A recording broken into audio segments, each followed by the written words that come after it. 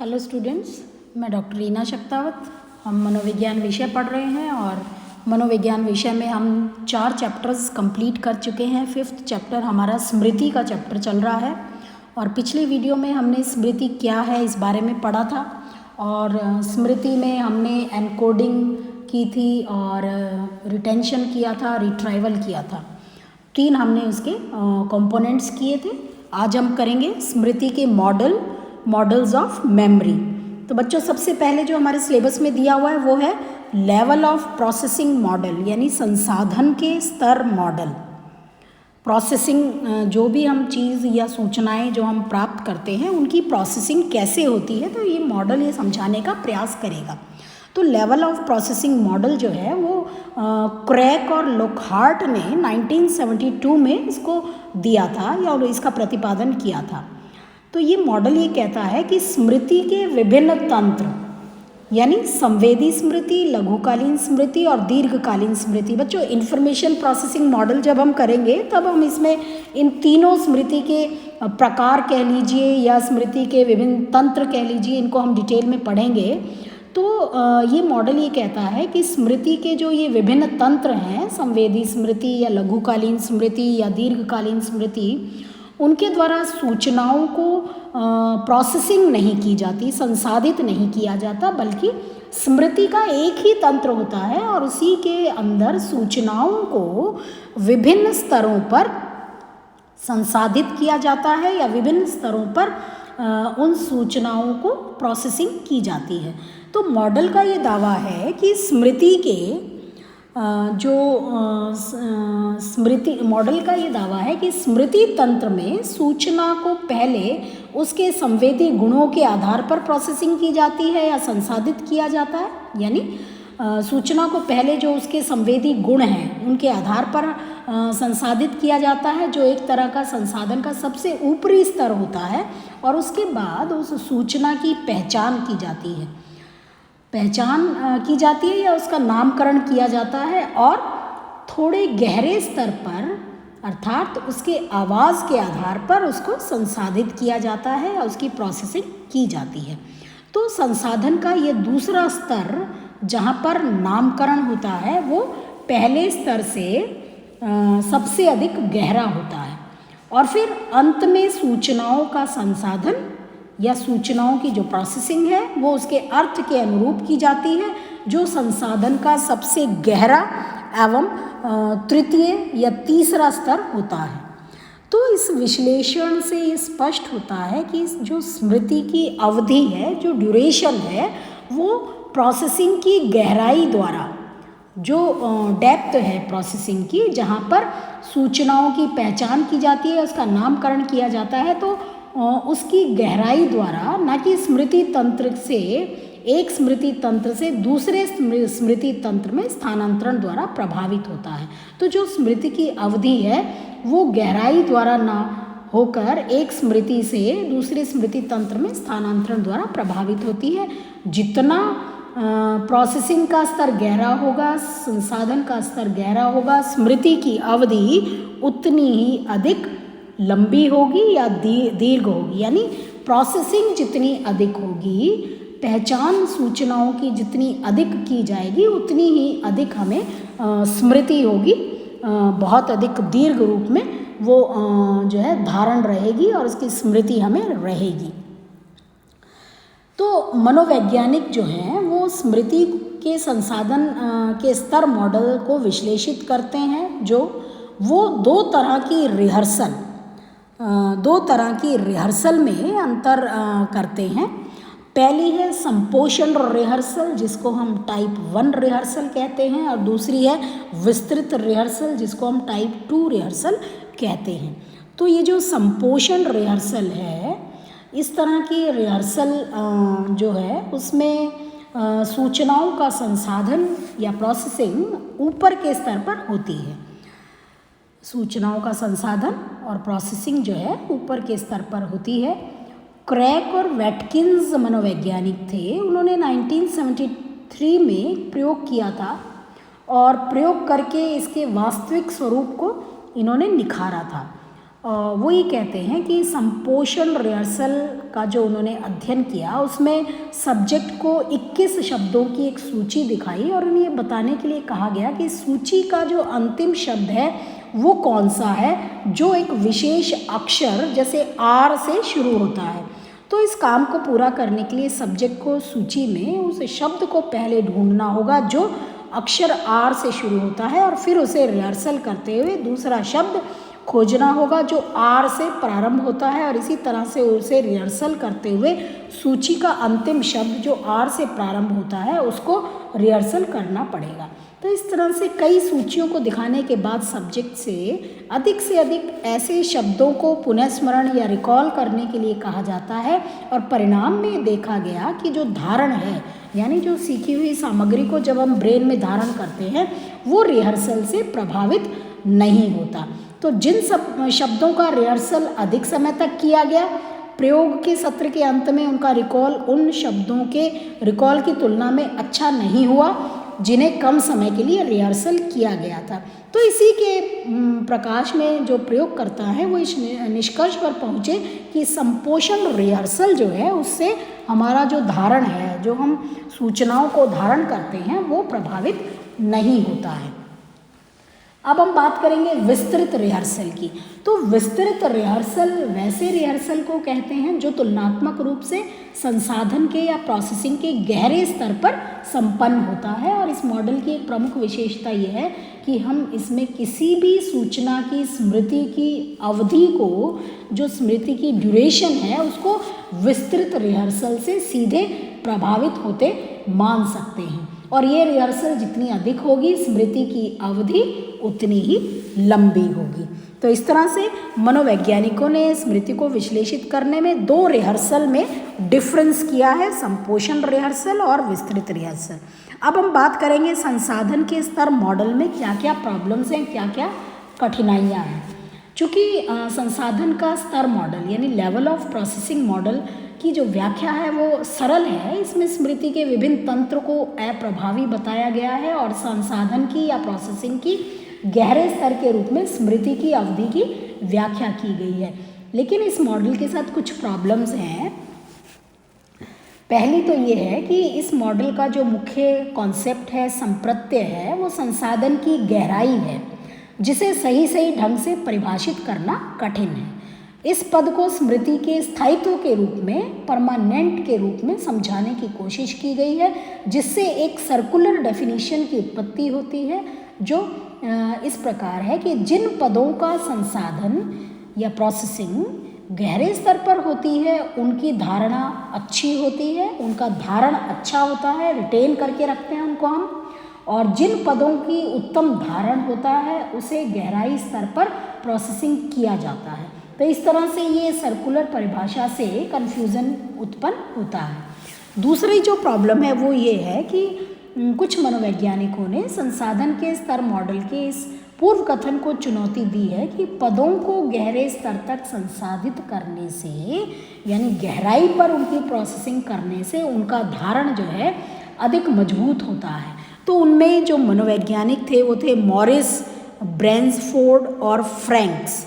उन्होंने 1977 में एक प्रयोग करके इसको चुनौती दी थी और इस प्रयोग में उन्होंने प्रयोज्यों को विभिन्न तरह के वाक्यों को पढ़कर सुनाया। इन वाक्यों में से कुछ का अर्थगत संसाधन करना था यानी अर्थ के रूप में उनको प्रोसेसिंग करना था अर्थात गहरे स्तर तक उनको संसाधित करना था, और कुछ का ध्वनि के रूप में संसाधन या आवाज़ के आधार पर या उसे ऊपरी स्तर पर संसाधित करना था। तो प्रत्येक वाक्य में एक खाली स्थान था, खाली जगह थी और वाक्यों को दिखाने के 2 सेकंड के बाद सब्जेक्ट को एक लक्ष्य शब्द टारगेट जो वर्ड है वो दिखाया जाता था और उन्हें बताने के लिए कहा गया कि लक्ष्य शब्द खाली जगह के लिए उपयुक्त है या नहीं। तो बाद में इन प्रयोज्यों को एक रिकॉग्निशन टेस्ट यानी पहचान परीक्षण दिया गया जिसमें लक्ष्य शब्दों को कुछ अन्य शब्दों के साथ सब्जेक्ट्स के सामने दिया गया जो उसे लक्ष्य शब्द से रायम होते थे या तुकबंद होते थे। तो सब्जेक्ट्स ने पहचान परीक्षण के दौरान ये बतलाने के लिए उनको कहा गया कि वे वाक्यों में पहले इसको क्या उन्होंने देखा है। तो तो परिणाम ये देखा गया कि जो पहचान परीक्षण था उस पर जब वही शब्द का उपयोग किया गया जो मौलिक लक्ष्य शब्द थे, तो सब्जेक्ट ने उन पदों की पहचान अधिक की, 84% के लगभग उनको पहचाना, और जिनका अर्थगत संसाधन करना था तथा जिन पदों की पहचान 63% की गई, जिनका ध्वनि प्रोसेसिंग करना था, तो ये परिणाम संसाधन के स्तर मॉडल के अनुकूल है, क्योंकि मॉडल ये उल्लेख करता है, ये बताता है कि अर्थगत रूप से या अर्थ के रूप में संसाधित सूचनाओं की स्मृति या उनका धारण अच्छा होता है। यानी जब हम अर्थ के रूप में सूचनाओं का धारण करते हैं तो वो उनकी जो स्मृति है वो अधिक उत्तम होती है, उनका धारण उत्तम होता है। परंतु पहचान में भी ये देखा गया है कि जब शब्द ऐसे थे जो मौलिक पदों के साथ तुकबंद होते थे, तुकबंदी करते थे, तो उसे सब्जेक्ट के तुकबंद शब्दों की पहचान उन्होंने अधिक की तथा अर्थगत पदों की पहचान उन्होंने कम की। तो ये परिणाम, इस प्रयोग के ऊपर को परिणाम का समर्थन नहीं मिलता है, क्योंकि उसमें ये पाया गया था कि जो अर्थगत संसाधन है उससे स्मृति उत्तम होती है। तो ये भी एक इस मॉडल की प्रॉब्लम थी। और जो तीसरी जो समस्या है, तीसरी जो कठिनाई है वो ये है कि इस मॉडल में ये स्पष्ट किया गया है कि संपोषण रिहर्सल से स्मृति जो है वो बढ़ती नहीं है या उन्नत नहीं होती या उसमें वृद्धि नहीं होती, परंतु कुछ प्रयोगों में इस तथ्य की पुष्टि नहीं हुई है। जैसे ग्लेनबर्ग ने, स्मिथ ने और ग्रीन मनोवैज्ञानिक ने 1977 में एक प्रयोग में कुछ अंक को बोलकर उपस्थित किए जाने के बाद सब्जेक्ट्स ने एक शब्द को 30 सेकंड तक दोहराया। इसके बाद उनका रिकॉल लिया गया, तो फिर बाद में इसका जब इसकी धारणा की या धारण की जांच की गई तो जांच जो है वो पहचान परीक्षण से की गई। तो परिणाम में ये पाया गया कि संपोषण रिहर्सल से ऐसे शब्दों की धारणा प्रभावित नहीं हुई, परंतु पहचान परीक्षण पर ऐसे शब्दों का धारण जो है अधिक उत्तम होते पाया गया है। तो इसे संसाधन के स्तर मॉडल की मान्यता को समर्थन नहीं मिलता है। उसके अलावा नेक्स्ट जो इसकी प्रॉब्लम है वो ये है कि संसाधन के स्तर मॉडल का दावा ये है कि व्यक्ति सूचनाओं का संसाधन एक निश्चित क्रम में करता है, जिसमें वह पहले ऊपर स्तर पर उसका संसाधन करता है, फिर धीरे धीरे गहरे स्तर पर संसाधन करता है। यानी कहने का मतलब ये है कि इस मॉडल में सूचना संसाधन के 3 क्रम उत्तरोत्तर जो बढ़ते हुए क्रम है वो हैं दृष्टि, फिर ध्वनि तथा उसका अर्थ।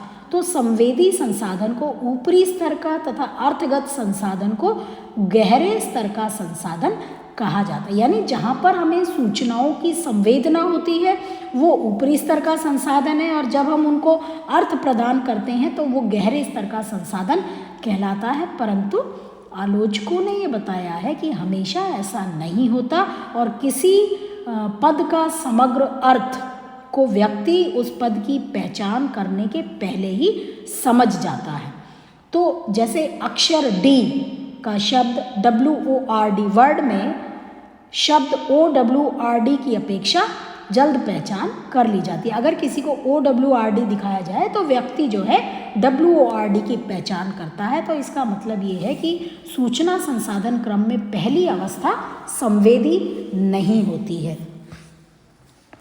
ये जो कठिनाइयाँ हैं या जो इसकी आलोचनाएं हैं, इनकी वैधता को ध्यान में रखते हुए क्रैक और टुलविंग मनोवैज्ञानिक ने 1975 में संसाधन के स्तर मॉडल का संशोधन किया और उसने 3 मुख्य विशेषताएं बताईं।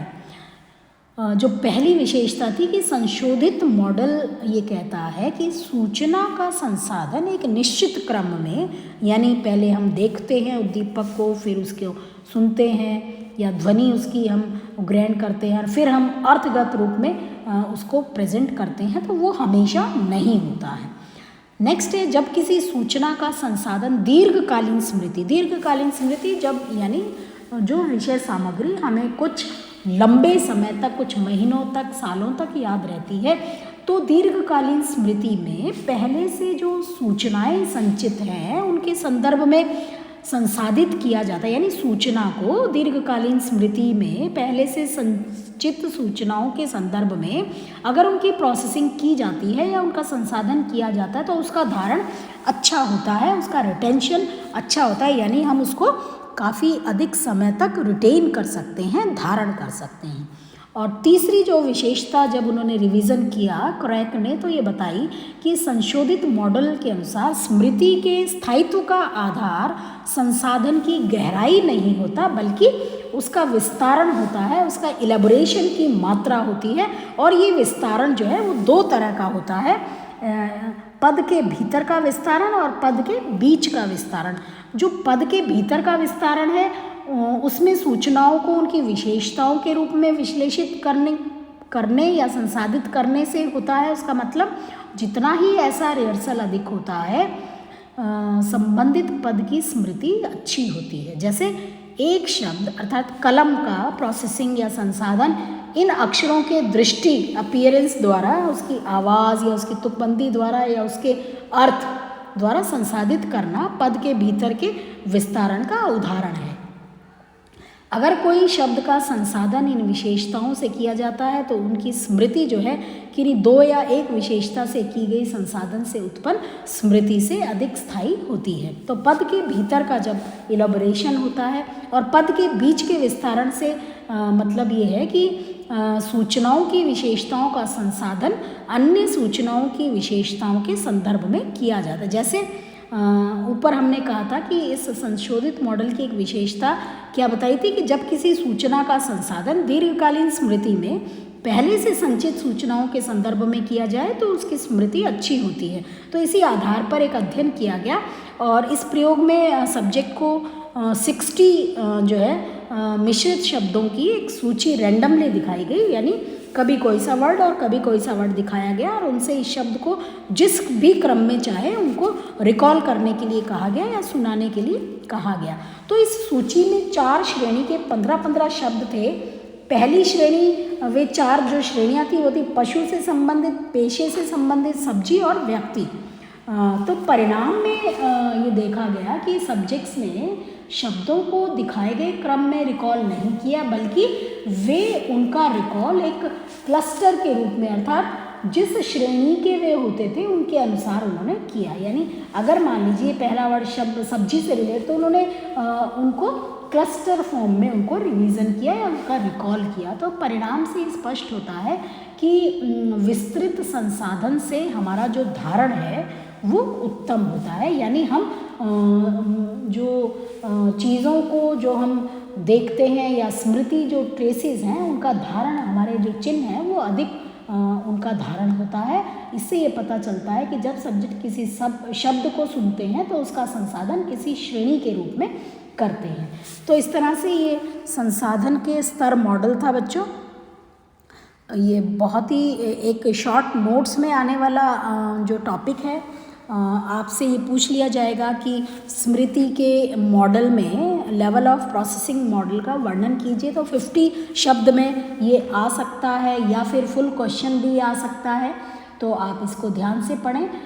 तो लास्टली मैं यही कहूँगी कि संसाधन के स्तर मॉडल जो है उसका ये दावा है कि सूचना को विभिन्न तरीकों से या विभिन्न स्तरों पर संसाधित किया जाता है तथा लघुकालीन स्मृति और दीर्घकालीन स्मृति के अंतर की व्याख्या इस तथ्य से हम अधिक अच्छे ढंग से कर सकते हैं। तो ये दीर्घकालीन स्मृति और लघुकालीन स्मृति और संवेदी स्मृति बच्चों हम इंफॉर्मेशन प्रोसेसिंग मॉडल में पढ़ेंगे, जो हम नेक्स्ट वीडियो में करेंगे। तो ये एक स्मृति का एक मॉडल है कि जब हम किसी भी विषय सामग्री को याद करते हैं तो उनकी प्रोसेसिंग जो है, उनका संसाधन जो है वो कैसे किया जाता है, किस स्तर पर किया जाता है। तो इसको समझाने का इस मॉडल में प्रयास किया गया है। तो बच्चों नेक्स्ट वीडियो में हम नेक्स्ट मॉडल को पढ़ेंगे और इसके जो नोट्स हैं वो मैं आपको व्हाट्सएप ग्रुप पर शेयर करूँगी। उसकी आप जब मैं व्हाट्सएप ग्रुप पर इसको शेयर करूं तो कृपया करके आप इसके जो है नोट्स के या तो स्क्रीनशॉट ले लें या फिर इसके जो है ई मित्र पे या किसी भी कंप्यूटर पे जाकर इसके निकलवा लें नोट्स और इनको पढ़ें। तो क्योंकि आपके अरुण कुमार सिंह की बुक में शायद ही ये मिलेगा आपको, तो इसका आप ज़रूर ध्यान रखें और जो नोट्स मैं डालूँगी उसको आप ध्यान से उनकी फ़ोटोकॉपी निकलवा लें। Thank you.